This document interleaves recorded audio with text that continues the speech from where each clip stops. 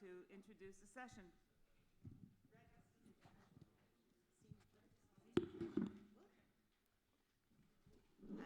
Well, good morning and happy Monday. So yesterday in some of our sessions, we touched a lot on Iranian proxies. And so this morning we have, I think, an opportunity to delve into that significantly plus. So this morning's session is challenges on Israel's northern border, and we have a really stellar panel. First, let me just briefly introduce them. Lieutenant Colonel Sarit Zehavi is the founder and CEO of the Alma Research and Education Center. And if you want to learn more about Alma, I saw tons of materials outside. Lieutenant Colonel Orna Misrachi is the Senior Research Fellow at INSS after a long career and who joined INSS after a long career in the Israeli security establishment. And moderating it, and I'm going through this they have very long CVs, but because we have such short time, I'm going to do this briefly. And moderating it is Ariel Kahana, who is the senior diplomatic correspondent for Israel Hayom, for Yisrael Hayom, and who leads the paper's coverage of the Prime Minister and Foreign Affairs and Jewish community. So thank you very much. Ariel, why don't you begin? Okay, good morning, everyone. It's a great pleasure and a great honor to be here, and I would say, especially on behalf of Sarit and myself, that the last conference we participated 2 years ago was here at the Council of Presidents. Then we all had the pandemic, as you all know. Unfortunately, I'm sure all of us lost some people we know, but thanks God we are back here, so really it's very exciting. Just last Friday, maybe some of you were here already, sirens were heard in the north of Israel. It was once again a small drone sent probably by Hezbollah, not for the first time. And actually it's a kind of a new routine here in Israel. Challenges, not only theoretical, but tachlis, practical, coming from what we call here in Israel, the security establishment here in Israel calls the front north. Not only Syria for itself, not only Lebanon for itself, but for a few years now, the way Israel see it is as one front coming from the north. And actually that's the issue we want to dip into now. Why do Israel see it as one front, and what are the threats, of course, and what Israel is doing, etc. So we have two distinguished experts about that. And I'm very proud to lead this panel. My first question, Orna, if I may, is actually why Israel see it as one threat? I mean, the front north, the Syria, yeah, Syria and Lebanon together. Why you don't see it anymore as separate fronts or challenges?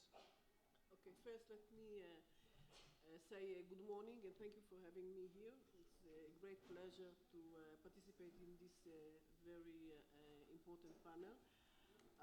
Now to your question, Ariel. I think that during the last decade, there were some strategic changes in our region that created a kind of connection between the Lebanese front and the Syrian front. And this is why we call it now the northern front altogether. And why is that? Okay. What were these changes that I'm talking about? The first one, of course, is the fact that Iran is in Syria. Since the civil war in Syria that broke out in 2011, Iran came into Syria. It brought with it some of Iranians, but a lot of Shiite militias that are till nowadays are in Syria.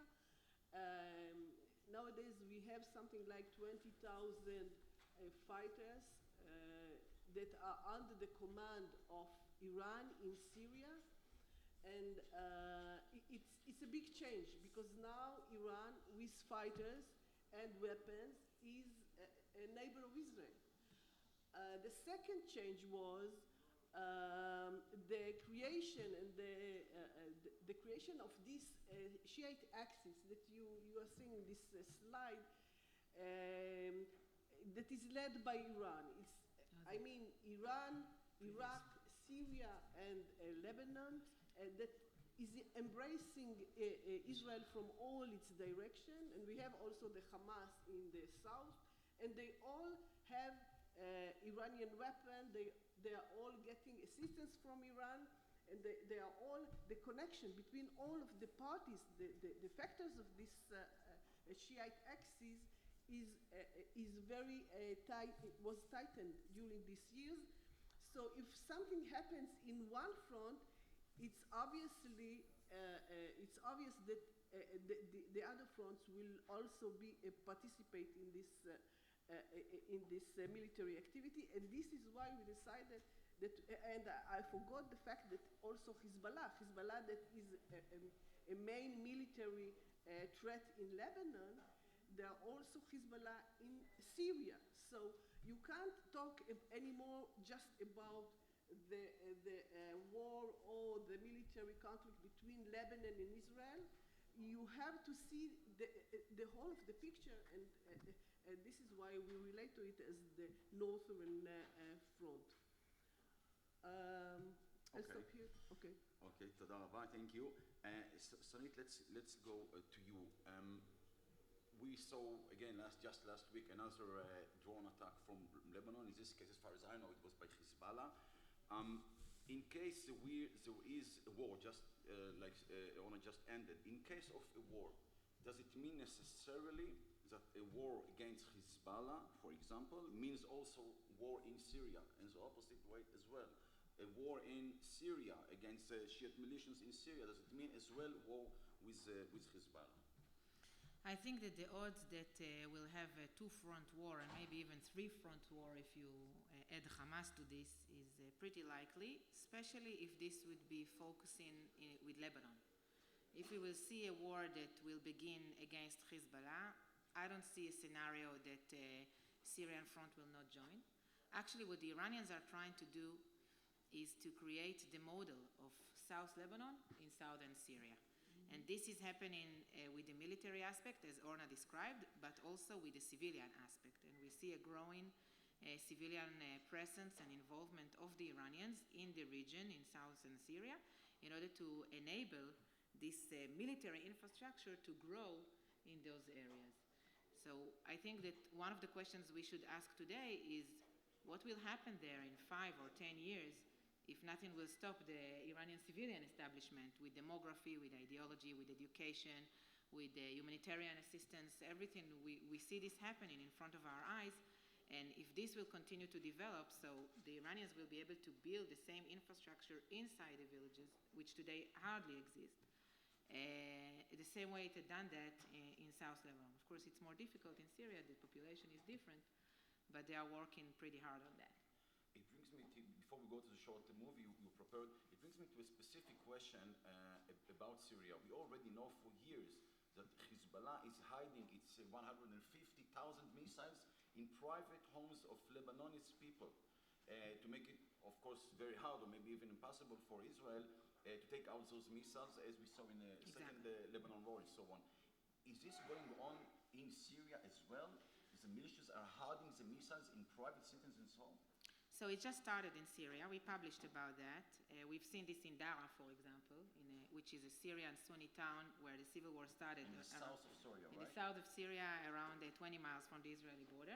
It just started over there. It's not the same as it is with Hezbollah that used the human shield tactic in a widespread way all over Lebanon. But this is exactly the problem. What will happen? You know, the campaign between the wars is based on the part of the principle of the campaign between the wars is the fact that you don't need to, you don't take the risk of collateral damage at all.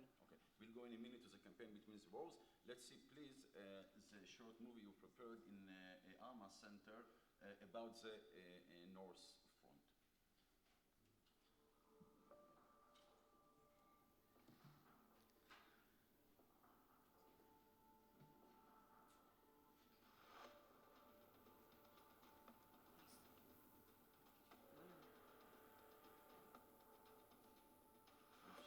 الفوليوم. اسمي مروان عواد الجبر من جاسم مواليد 75. سابقين ورمينا نعم اتجاه إسرائيل. هذه الصواريخ هي أعطيناها حزب الله مشان نرميها على إسرائيل. Another infiltration attempt into Israel has just taken place, only this time it's coming from Syria. The Israeli military has released footage of 4 suspects appearing to plant explosive devices on the border fence, causing... Okay. We'll do it again, just a second. Okay, תוציא אותי מזה. שריקי! תוציא אותי מזה. Have it again. Okay. Maybe until it will be ready, Orna, I would like to go to you. Sarit mentioned the campaign between the wars, what we call here in Israel, the Mabam, מלחמה בין המלחמות. מערכה בין המלחמות. מערכה בין המלחמות. Okay, what does it mean, the campaign between the wars? What, as much as you can say, what Israel is doing, and how much effective is it? Okay, it was supposed to be a covert campaign.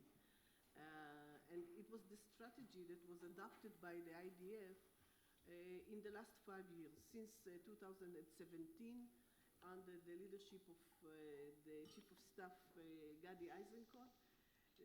And the purpose of this campaign, what we are doing between the wars, because we don't want to go into a war.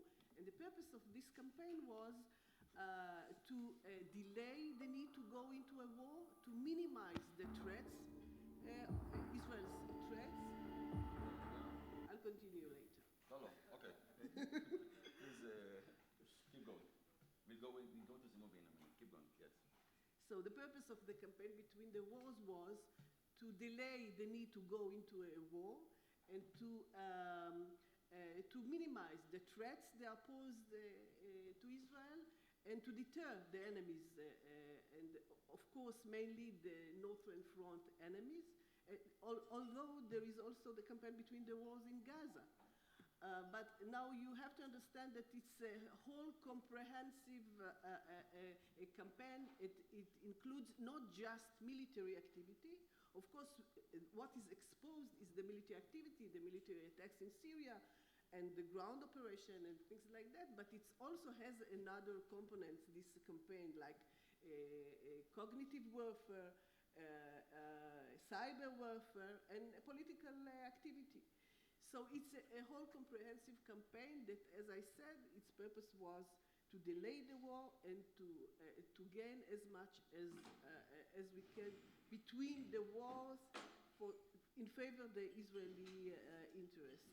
After 5 years, how do you judge it? What actually happened? Did Israel really avoid the next war? Was this campaign effective the way you judge it? Okay. There are 2 questions that are rising about this campaign between the war. The first one is about the effectivity of the campaign. The second one is how long Israel can continue with this, because there are some that are saying that it's a window of opportunity that can be closed very soon. Now, we'll talk about that in a minute. Who can close it? But okay. Yeah. So, but about the effectivity of the campaign, there are achievements of the campaign, and the IDF is talking about the achievements of the campaign, but it's partial. Of course, it's partial. But by this kind of campaign, you can't have a complete success in deterring your enemy and minimizing the threat. I forgot to say before that there are 3 goals of this, that the IDF was planning 3 goals for this campaign. The first one, to push back the Iranians and to prevent the entrenchments of the Iranians in Syria. The second was to stop or prevent or minimize the weapon transfer for Hezbollah from Iran. And the third one was to stop or prevent entrenchment of the Hezbollah in Syria along the Israeli border.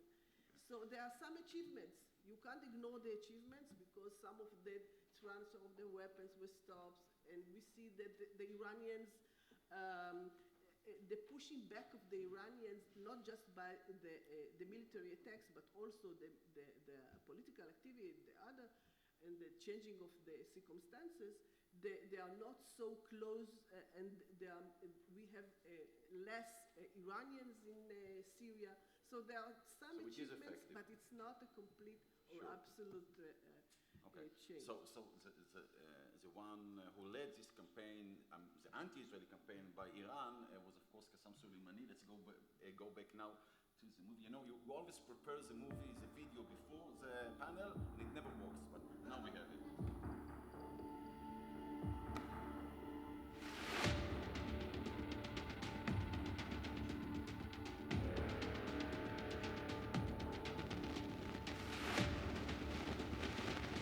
اسمي مروان عواد الجبر من جاسم مواليد ال75 وجبت صاروخين ورميناهن باتجاه اسرائيل.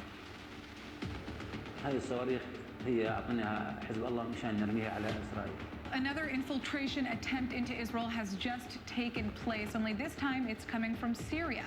The Israeli military has released footage of 4 suspects appearing to plant explosive devices on the border fence, causing an Israeli aircraft to open fire at them and kill them. Where they're showing the backpacks where alleged explosive devices were in, and they're now trying to investigate really these bombs.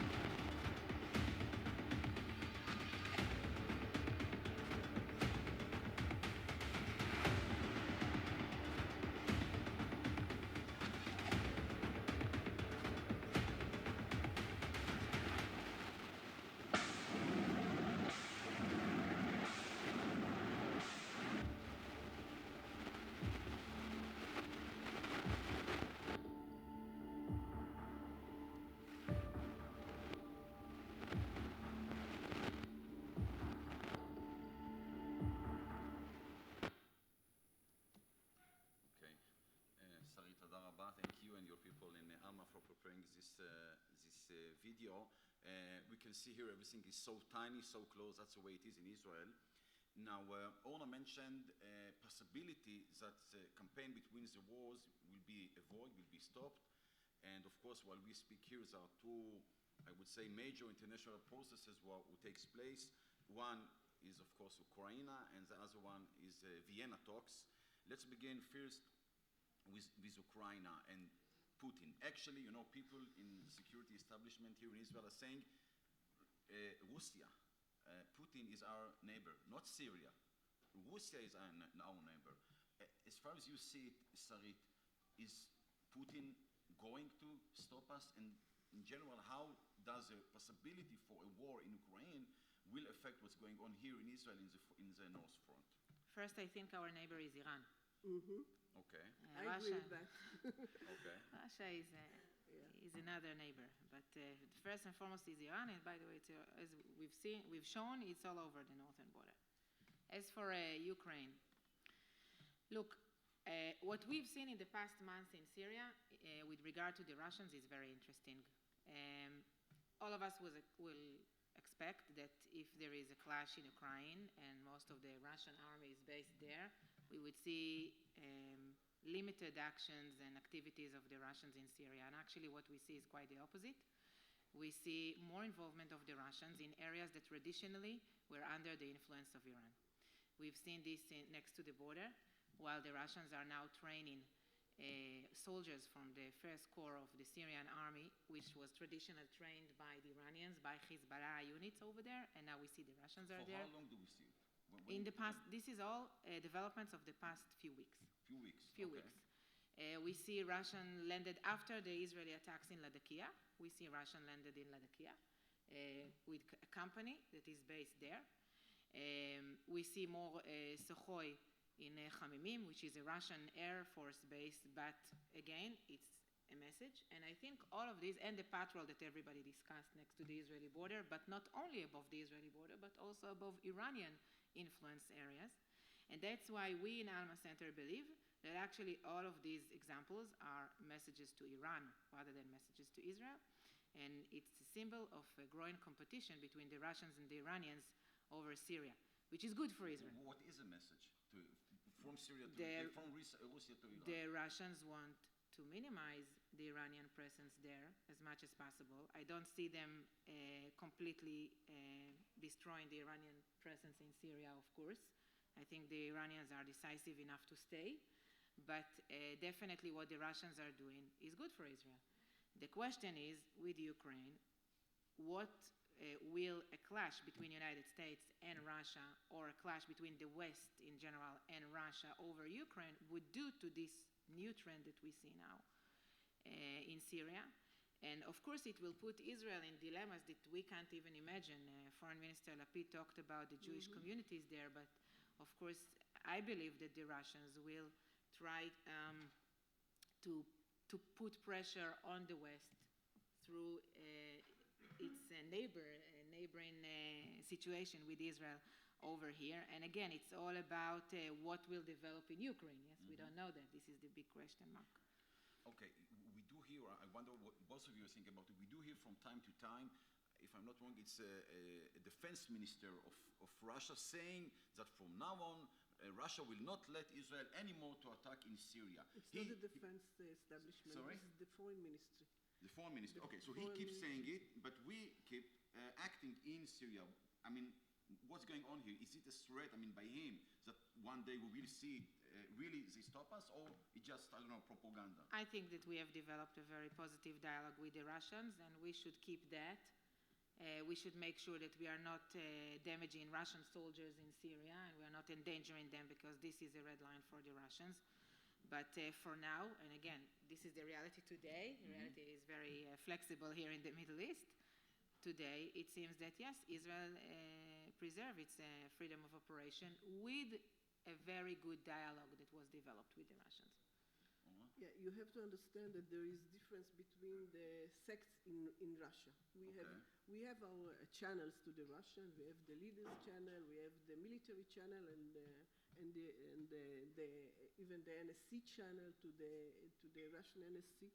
So we have good channels to the Russian and good connection. And it's you can see that the Russian, it's 5 years that we have the campaign between the wars, and the Russian turn blind eye to what Israel is doing. So as long as over Putin there. is saying But yes, the foreign ministry is always exposing a different approach regarding what but the Israel one who decides is is doing, Putin. and the one that decides is Maybe this is the double game. Putin.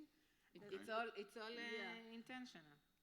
But I think that maybe in this point I'm not thinking exactly the same like what Sarit was saying, is that maybe something can be changed because of the war with Ukraine. Because the Russian will be very busy over there, and they wouldn't want that Israel will be the spoiler here in the Middle East and in our region. They want us to act in very low profile, and maybe it can influence what we are doing in Syria. So we have to be very cautious and to keep our good relations, good channels.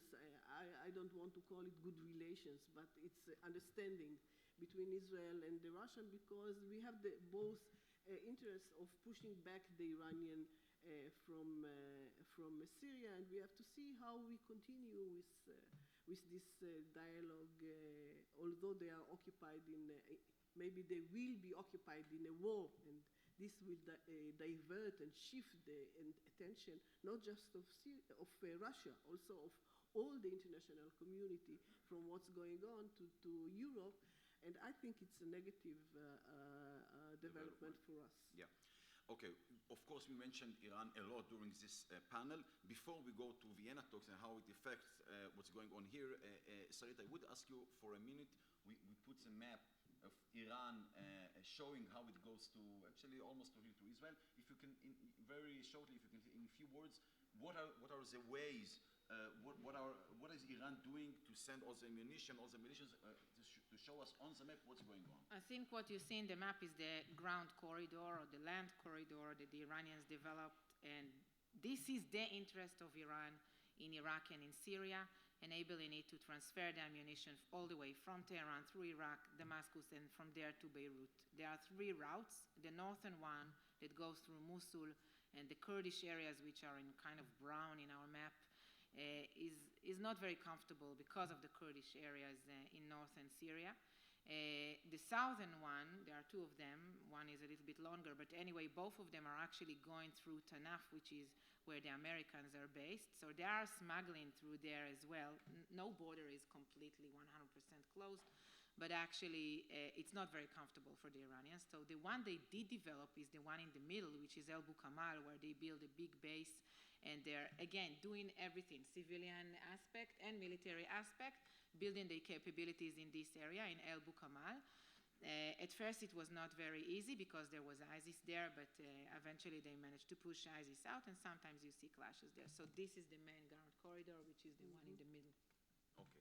Now, of course, to Vienna talks and the way it looks now, there's going to be a new agreement, or actually, to be more accurate, the United States will go back to the 2015 JCPOA. In case there is a new deal, Orna, maybe I will begin with you. In case there is a new deal, international community with Iran, how it will affect the challenges we discuss here in the panel? What's going to happen here in the Middle East? Well, it's going to affect what's going on because of the close relations of Iran with Hezbollah. And if Iran now has a new agreement with the U.S., the sanction will be lifted, and then they have more resources, and they have the opportunity to increase the assistance to Hezbollah. I talk about the financial assistance, about the weapons, and we have seen that during the last year when Iran was struggling with its own economic problems and with the sanctions, that the assistance to Hezbollah was decreased. And now it can be changed, and it's going to be an increase in the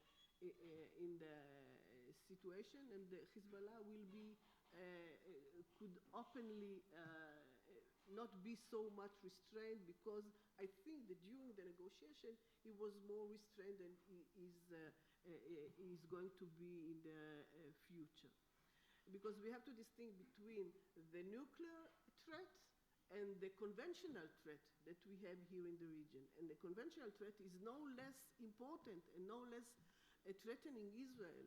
And the buildup of Hezbollah during the last year, since 2006, is intensified. And there is a real enormous threat, conventional threat from Lebanon and also from Syria, but mostly from Lebanon, that to Israel. And if there is a new agreement and we have conclude the nuclear issue, they will be very much, they have the opportunity to intensify the effort on the conventional aspect. Yeah. Okay, thank you.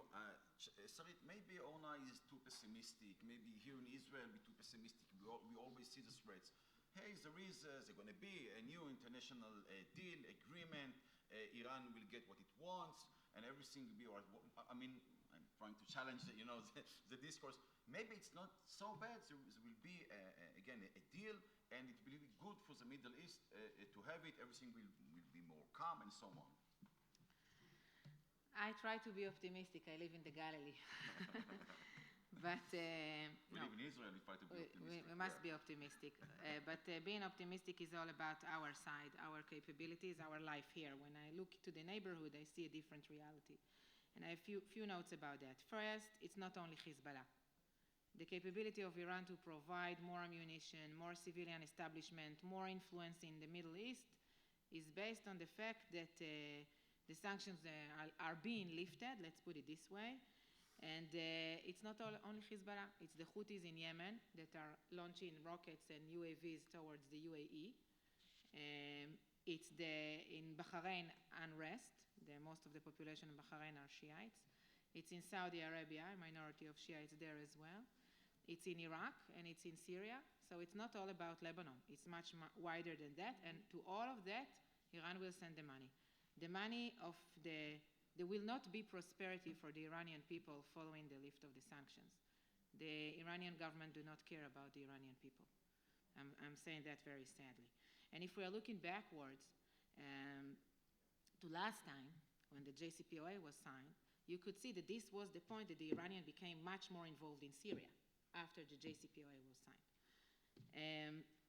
It's not about using a nuclear weapon, it's about the freedom of operation of Israel. It's about how do we defend ourselves like we are doing today with the campaign between the wars. If there will be a nuclear weapon in the hands of Iran, we will have to reconsider. All of you experienced the Cold War between Russia and the United States, so you understand. This is what will happen. And of course, the bottom line is when we speak of the nuclear deal itself, is the question of time. The clock is ticking, Yeah, sure. and it is limited in time. It is not a deal that looks to the next, I don't know, even a generation eventually, 25 years pass, but it's a deal that it's for the next 2 years, what will happen afterwards. Okay. I see the microphones were taken down. We are open to questions if you want to. I don't know. I don't know if we have time for that. We have time for questions? One question? We have a few minutes, I think. Does anyone have any questions? Okay, maybe. Okay. Let me ask one. Okay, please. So as we look at the potential Israeli action against Iran, God forbid it comes to that, what sort of strategic considerations does a Israeli prime minister have to take into account, given the missiles, the rockets in the north, and how do you think that would be a part of the strategic planning? Okay. Orna, will you take it? Okay. I will relate to what Nasrallah, from Hezbollah, was saying in his speech just last week, and he was talking about the possibility of retaliation from the Shiite Axis in a case of Israeli attack on the nuclear facilities of Iran. And he was saying that for sure what's going to happen is that Iran itself is going to retaliate. And we have to take into consideration that it's not just all the other parties, the proxies around us, and especially Hezbollah, that this is the main military force that we have to see. And I didn't talk about it, but it's not just 150,000 rockets of all ranges and size, ballistic missile, cruise missiles, and lately they also developed their air defense systems, and we have the drones, and we have the missile precision project. So the threat is intensifying, and it's not just, so according to Nasrallah, it's not going to be just all of the other parts of the Shiite axis, but Iran itself, that Iran itself is going to retaliate. I'm not sure that this is what's going to happen, because then the Iranian has to think about the second strike of Israel after what they're doing, and we are going to have we have to see that one of the possibility, and this is a high probability, that we are going to a very wide-scale war here in the region, and of course that when Israel talks about this strike on the military facilities, that we take into consideration the implication and the day after, what is going to be when Iran and its proxies are going to retaliate, and we have to be prepared to this worst-case scenario. Toda. Malcolm, please. I just wanted to ask each of you, first, can you explain how a drone can fly 42 minutes over Israel, and despite all the efforts, it can't be taken down? What is the message that sends to the Lebanese forces and others? And second, we know that under Russian pressure, Iran dismantled its militias, but then recruited the locals, and perhaps 10,000 or more. Are steps being taken by Russia and Syria to contain them and to dismantle those groups, or because they're integrated into the population, it's not possible? Okay, Sarit, maybe we'll begin First with the question, drones. yeah. So first, the more primitive the technology is, the more challenges it is to intercept it. It's funny to say it, but you've seen this with the balloons from Gaza, and I think this is what happened with the drone this week. It was a very small, 1.5 meters long. It's really small. I personally think it can't cause too much damage, and that's why I don't think so many people had to run for shelter, but that's my very personal point of view. But when you hear the sirens, you usually don't know why you hear them, whether it's a drone or a rocket, what's the size of the drone. I'm not sure it flew 40 minutes. This is what Hezbollah is saying. I'm not sure it entered into Israel, how did he say, 70 kilometers? I'm not sure this was 40 kilometers, but 70 it's minutes, I don't according know. to the I IDF don't, spokesman. I'm not sure, we don't know exactly. We don't know exactly what happened. I think it's all about psychological warfare, these drones, but it's not that of a risk. The main risk comes from rockets or from bigger drones, not like this, not like this one. Yeah, I want to add something about it. I think that we have to, yeah, okay. We have to distinguish between the little, very small drones that are especially for intelligence gathering and the large UAVs, attacking UAVs that are with bombs. And this is a different threat, and you have to, and this, what they are launching now, it's these little drones that it's very difficult to detect and to intercept because they are so little. But the IDF doesn't want to take any chances, and this is why there was the alarm, etc. But the damage that it can cause is nothing. It couldn't have any damage. Okay, Last but question. Malcolm had another question about the militias. Oh. Can you repeat, please? The dismantling of Iran's militias and now replacing them with domestic militias, recruiting people, paying double what the Syrians pay. Yeah. And is there an effort by Russia and Syria to dismantle those which are replacing the Iranian involvement? I'm not sure they're replacing. I think it's the Iranian preserving the Shiite militias that came from outside of Syria, such as the Afghani Fatimiyun, and they also established the local militias. It's not one instead of the other. And they are still under the leadership of the Iranians and under the dictates of the Iranians. And I know that Assad doesn't like it so much. Assad himself, not just the Russians, doesn't like it so much that now that he stabilized his regime, he doesn't like this, that the Iranians are so much involved in what's going on in, but he's dependent on them, on their assistance, etc. Okay, please. I'm Dr. Bobby Meth from Los Angeles. Talk about psychological impact. What was the psychological impact and the strategic impact of the denial to expedite, I may have the details wrong, the refueling jets for Israel? I think Defense Minister Gantz went to Washington a few months ago and asked to expedite it from the normal delivery time to get it sooner, and it was refused. So what is the effect on Iran psychologically, and what is the effect on Israel strategically in being able to do what it needs to do? And the second question is about, I'm not sure the name of the term, but it's more or less a bunker buster on steroids. There's a massive kind of underground weapon, and I assume that would need a special kind of aircraft to get it there as well that the United States would have to provide. And I don't think there's been any, has there been any progress on that? I want to say something. From my window at the Alma Center, I can see the flights of the Air Force, the training flights of the Air Force almost every day.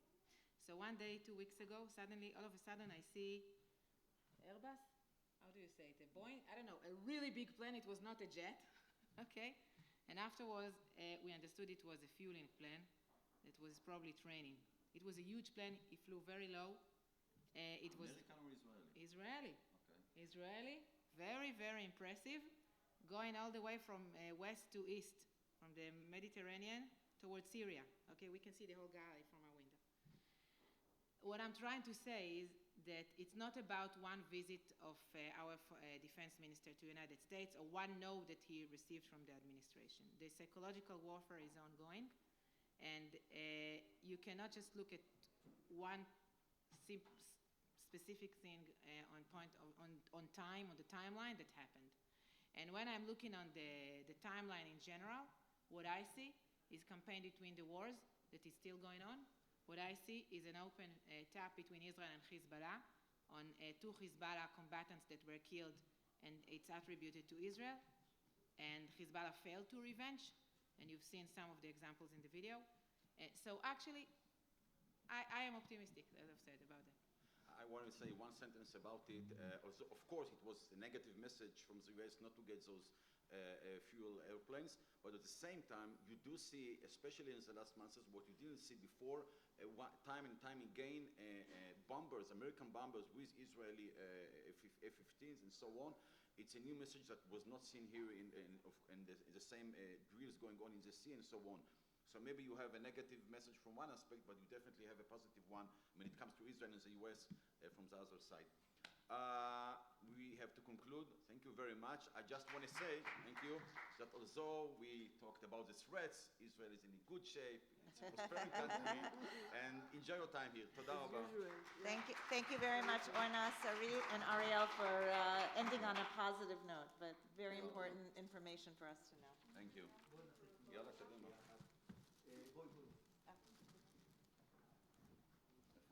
איפה אבי?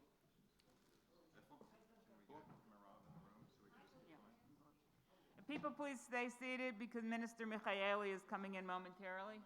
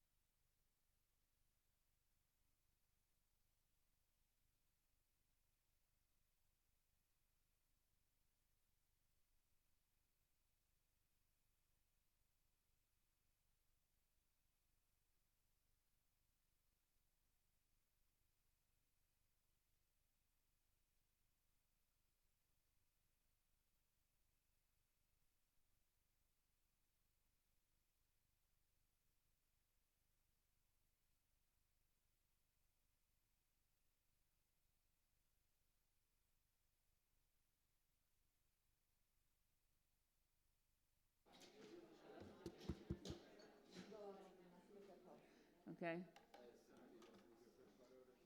It's okay. Let's begin.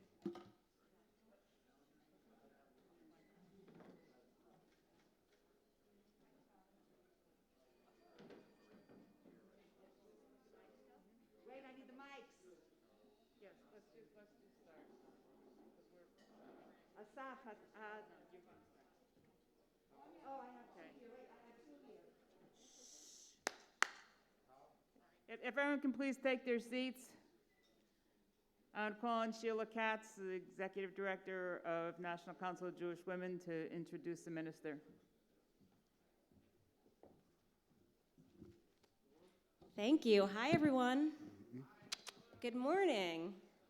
I am honored to introduce Minister Merav Michaeli. You might know her because she's an Israeli politician, a journalist, a TV anchor, a radio broadcaster, a feminist, an activist, the leader of the Israeli Labor Party, and I know her from her more than 20 years of feminist activism promoting women's equality and opportunity, particularly recently making sure She she started the Gender Equality Cabinet and is a member of it in this moment. So we're just honored to get to hear from her today. She'll be in conversation with Tal Shalev, the chief political correspondent and analyst at Walla News, which provides independent breaking news and analysis for 24 hours a day.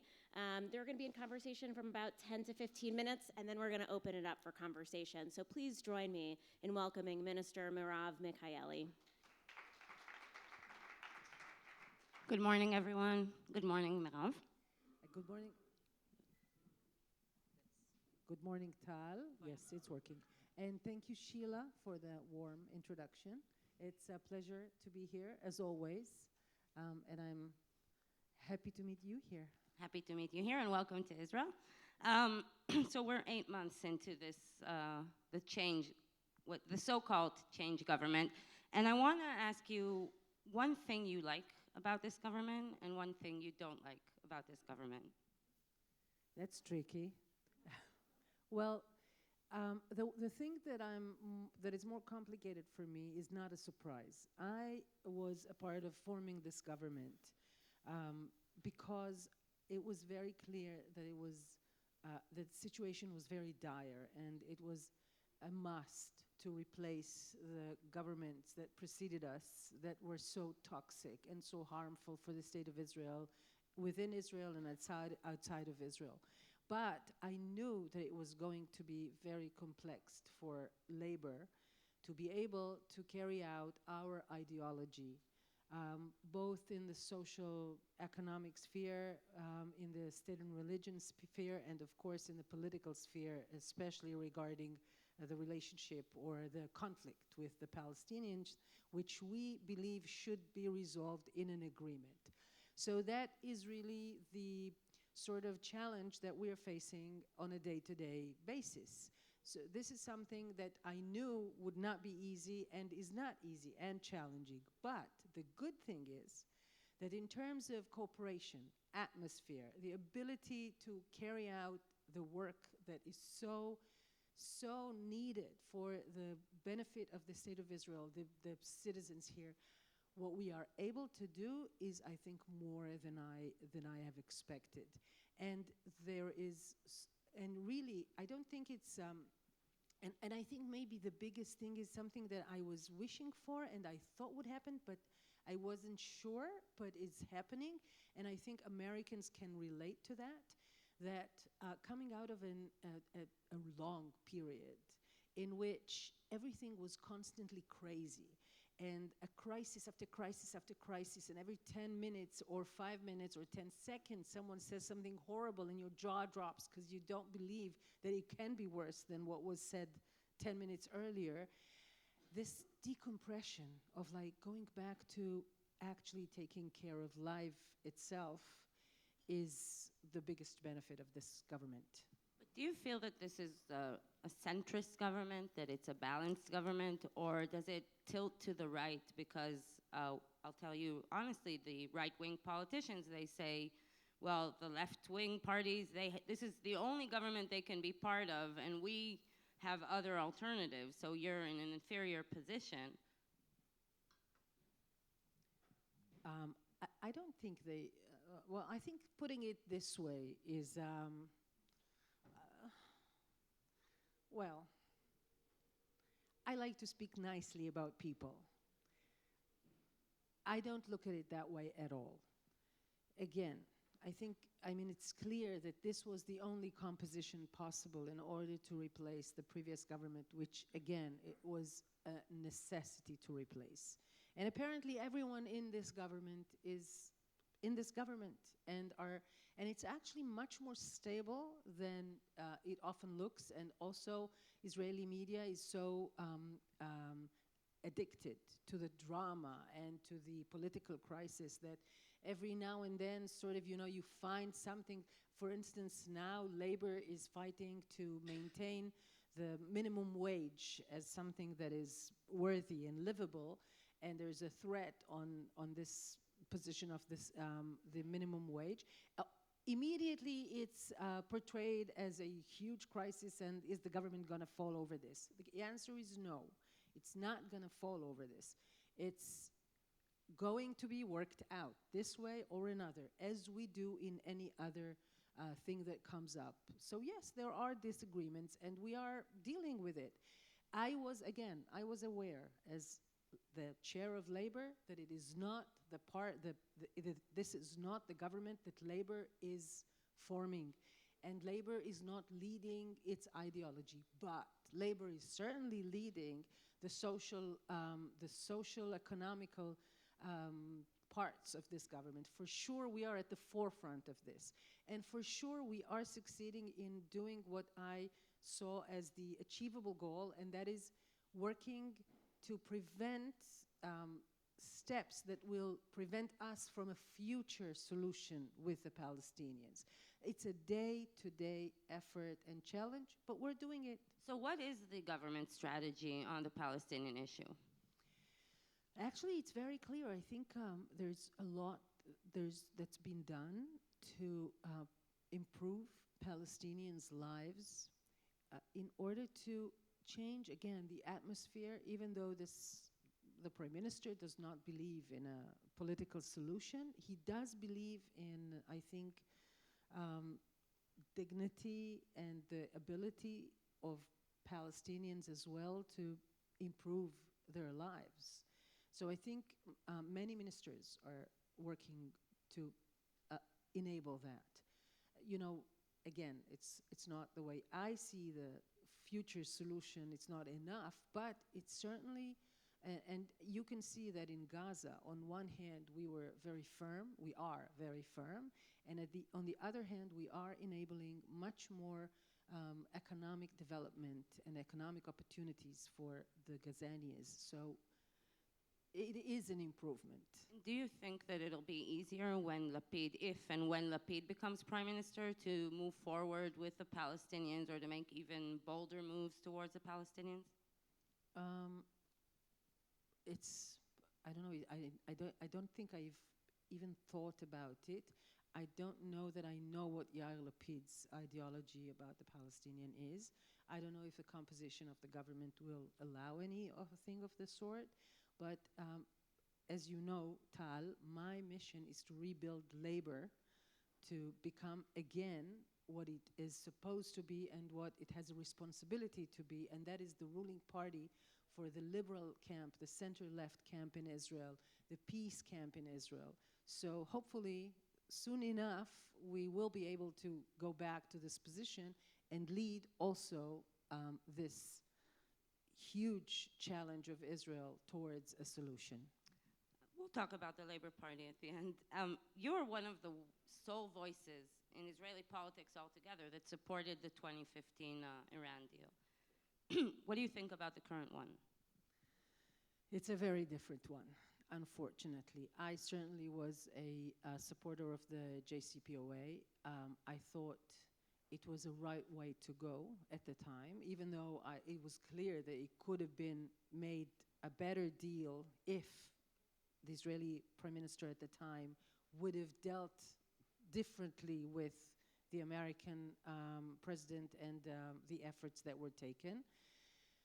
This deal is much shorter, with many more sunsets, with many, many more I would say bad opportunities in it, cracks. And yes, it's a very, very problematic agreement. And one needs to remember, not only for Israel. Iran is not an Israeli problem. Iran is a hazard for world peace, for the regional stability.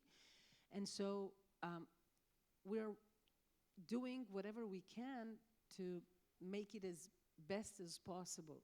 But one needs to take into consideration that there's a democratic administration that Israel needs to rebuild the trust with after everything that we went through in the relationship with the US. I know how much effort is required to really regain the trust between the two countries. Thankfully, President Biden is a big supporter of Israel, and we are very thankful for his partnership and friendship. And the dialogue is being handled as it should be, intimately, discreetly, with trust. And given that what it looks like, this agreement will be signed. It looks as if, as far as the Americans go, it will be signed. Unfortunately, the Iranians know that as well. What we will have to work is on a complementary agreement between Israel and the US to ensure all the scenarios of the what-ifs, to make sure that Israel's interests and its security are guaranteed as far as the relationship with the US goes. Moving on from Iran to the Emirates, we are currently in the midst of a aviation security crisis with the Emirates.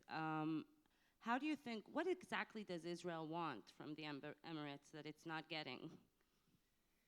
Oh, no. First of all, we're very happy for the Abraham Accords, and I think it's very clear that there's this thriving of relationship between Israel and the Emirates, not only in the political levels, but also people to people. People are going back and forth so much, and it's really heartening to see, and the potential, of course, is huge.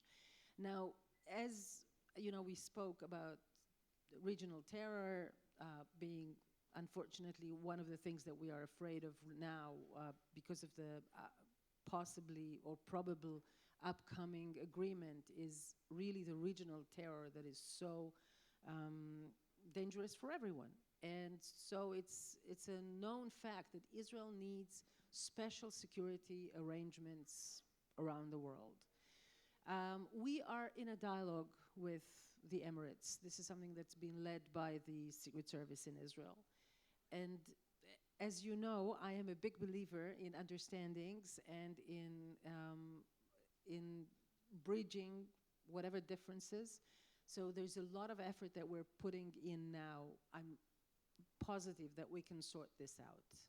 Okay, regarding another Which thing. reminds me something that I haven't done, and thank you for that. So please remind me later. I'm always happy to help. Okay.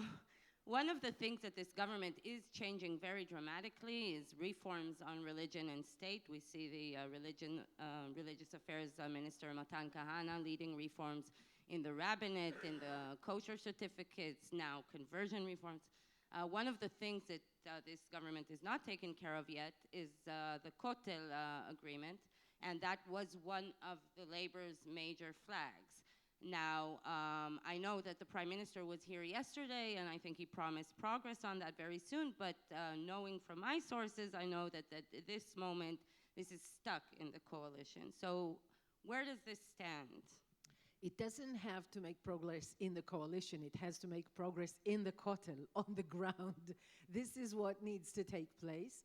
And I, too, was assured by the Prime Minister and his people that this is going to happen. I think really, you know, in speaking to this audience, it's so long overdue. It should have happened so long ago. The access to the Kotel should have been open and free for everyone. It's like, I feel embarrassed that we are even still speaking about this. The fact that the Kotel, such a unique place for the Jewish people, is not accessible for everyone. I mean, how inconceivable is that? I'm sure that the Prime Minister, and it's a good thing that you spoke with him about this. I'm sure he realizes that, and we are constantly pushing for the,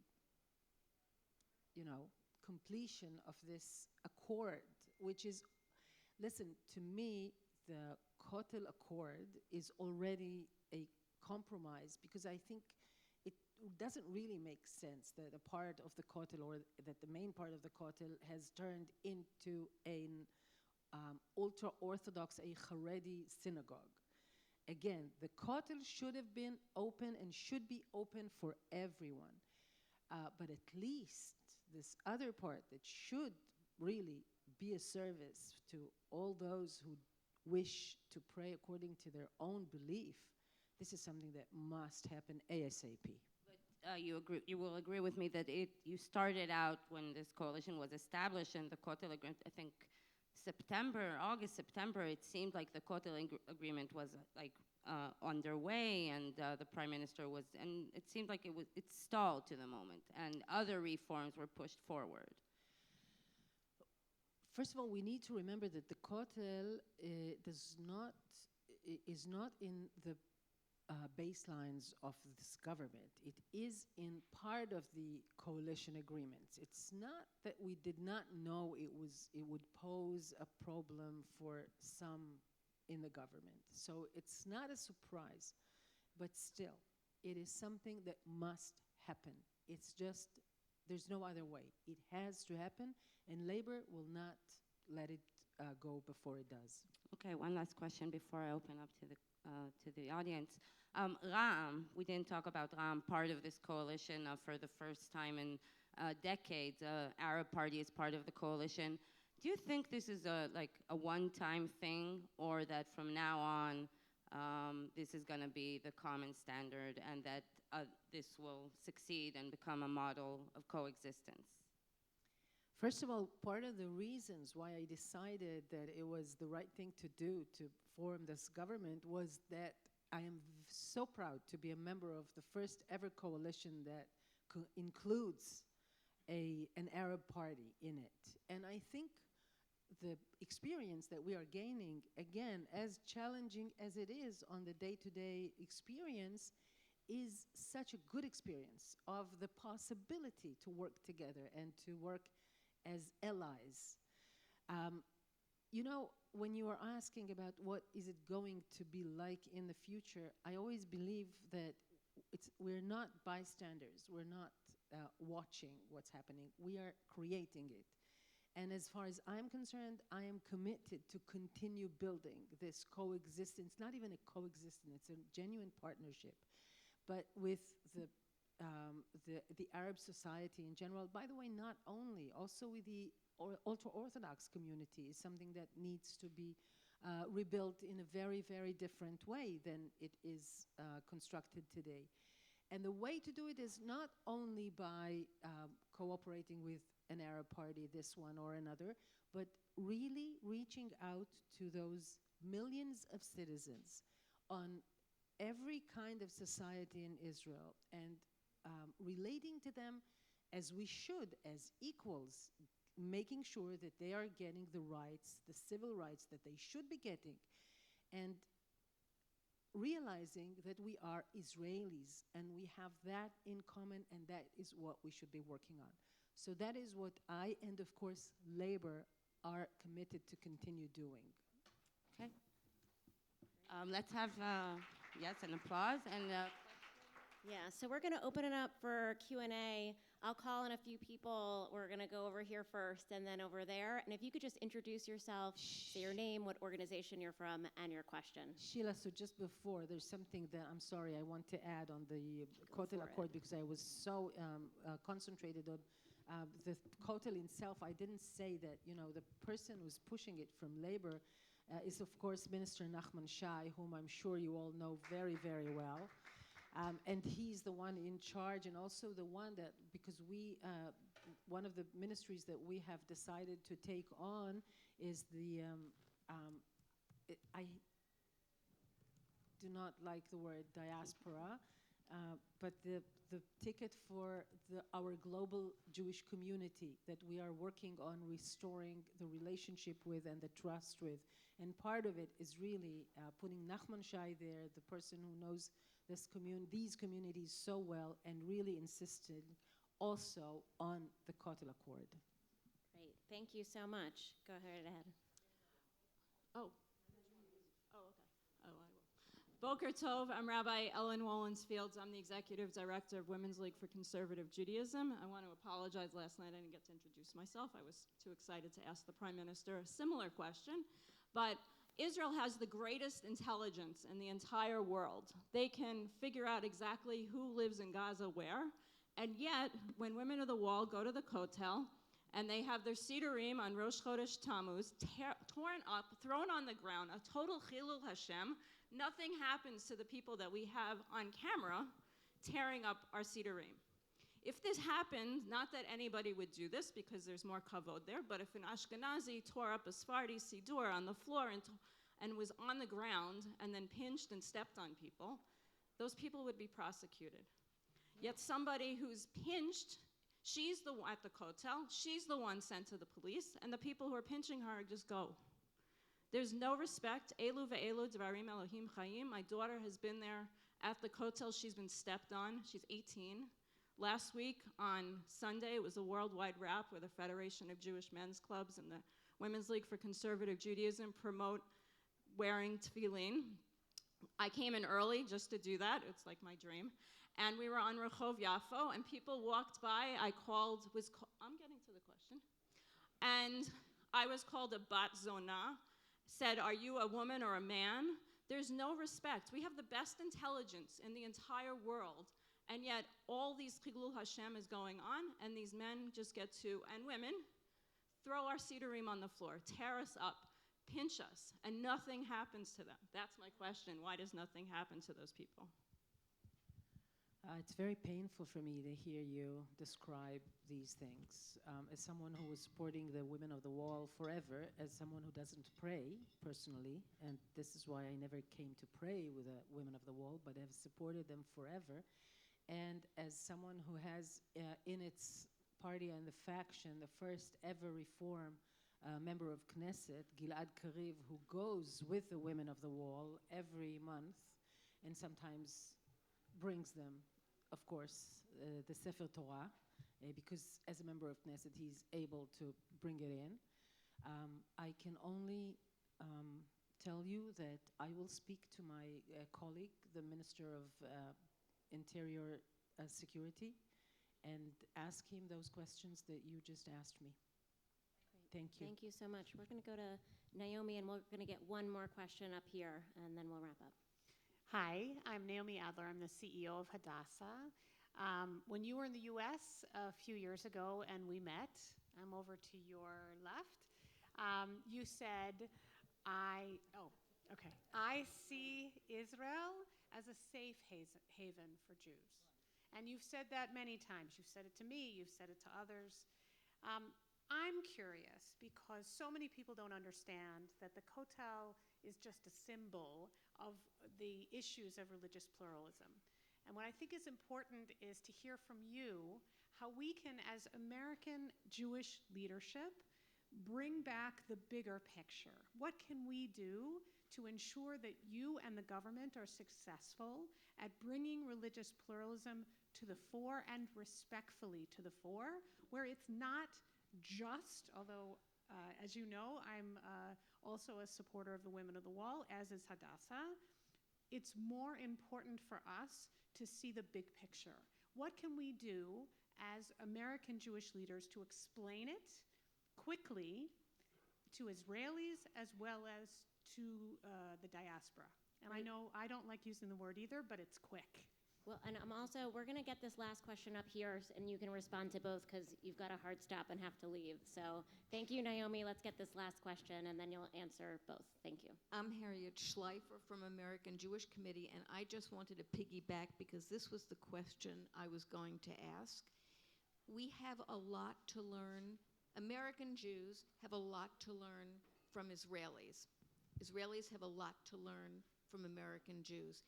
How do we successfully bridge the education we all need of each other?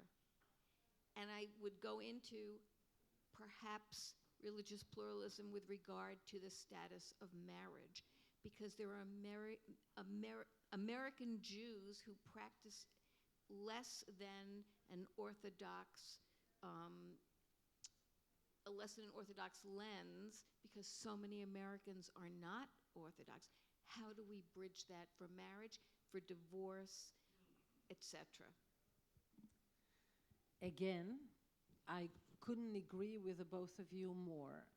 As someone who fights for civil marriage in Israel, not only because of what you are saying, and not because, first and foremost, because we are the last democracy that doesn't have civil marriage. As a woman, as a feminist, how can you not have civil marriage in your country? This is a civil right that we are still missing and we are still fighting for. And when you add to that the meaning it has to our relationship with you, with our fellow brothers and sisters, the Jewish communities around the world, and in America specifically, it is becoming so much more pressing.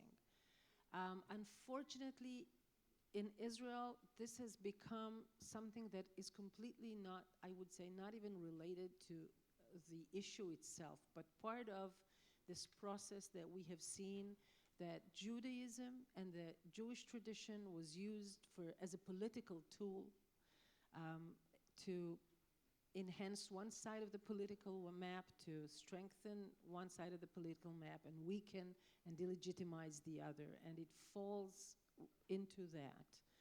Same as conversion, same as other sort of religious measures. This is a task that we have to tackle. This is the work that is cut out for us. And labor, I have to tell you this, are completely committed to this task. Part of our government, unfortunately, I think still,